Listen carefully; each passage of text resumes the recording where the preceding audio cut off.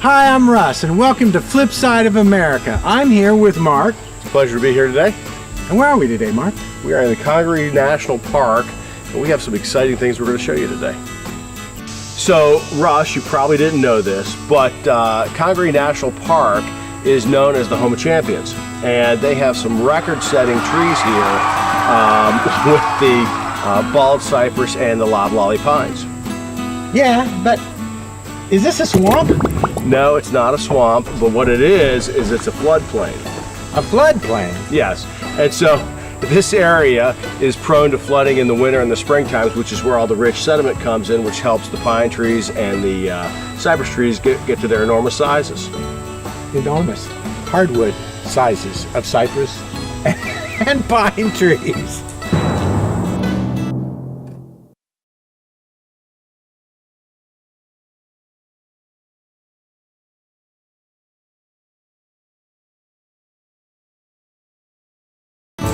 So one of the great things about this area are the enormous sizes of the trees. We've talked about the record-setting trees here. The loblolly pine, over 15 feet in circumference.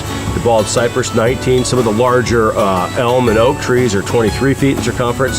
The loblolly pine can get up to 170 feet tall, which is pretty impressive, and it's also great for the local wildlife and the birds. Woo!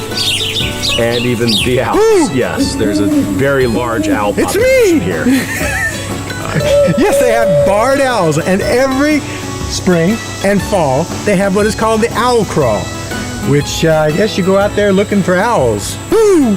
Live here, and obviously it's great for the owls because one of the things is they hunt at night, and the other thing that you find out about this place is that it has fungi. Right, the Spanish moss and the fungus glows in the dark, so it kind of helps the owls see the predators, kind of like night vision goggles, I think, or not. Cool. Congaree National Park encompasses 27,000 acres, including the largest intact growth of old bottomland hardwood forest remaining in the southeastern United States. It is also a unique bottomland hardwood forest community.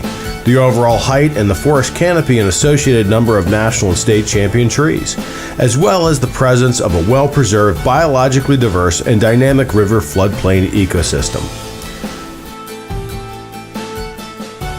Congaree State Park gets its name from the Congaree Indians, which lived in the area until the Spanish explorer Hernando de Soto discovered them in 1700.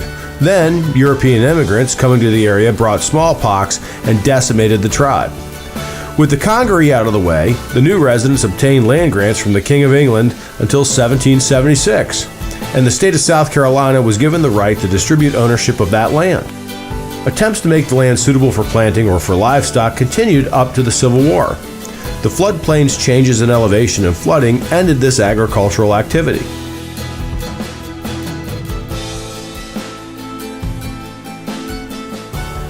However, the intermittent flooding allowed for the soil nutrient renewal and the area's trees to survive. The large bald cypress became the target for logging. In 1905, the Santee River Cypress Lumber Company, owned by Francis Beadler, had acquired much of the land. But a lack of accessibility by land confined logging to use the waterways so that the logs could be floated down the river.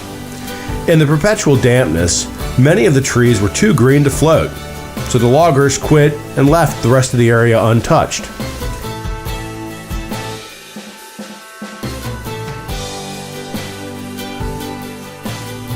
In 1969, high lumber prices prompted private landowners to consider resuming logging operations. But an effective grassroots campaign launched by the Sierra Club and others pushed Congress to establish the Congaree Swamp National Monument in 1976. On June 30th, 1983, Congaree Swamp National Monument was designated an International Biosphere Reserve. In July of 2001, it was designated a globally important bird area, and on November 10th of 2003, it was designated as the nation's 57th national park. So really, it's a relatively new national park.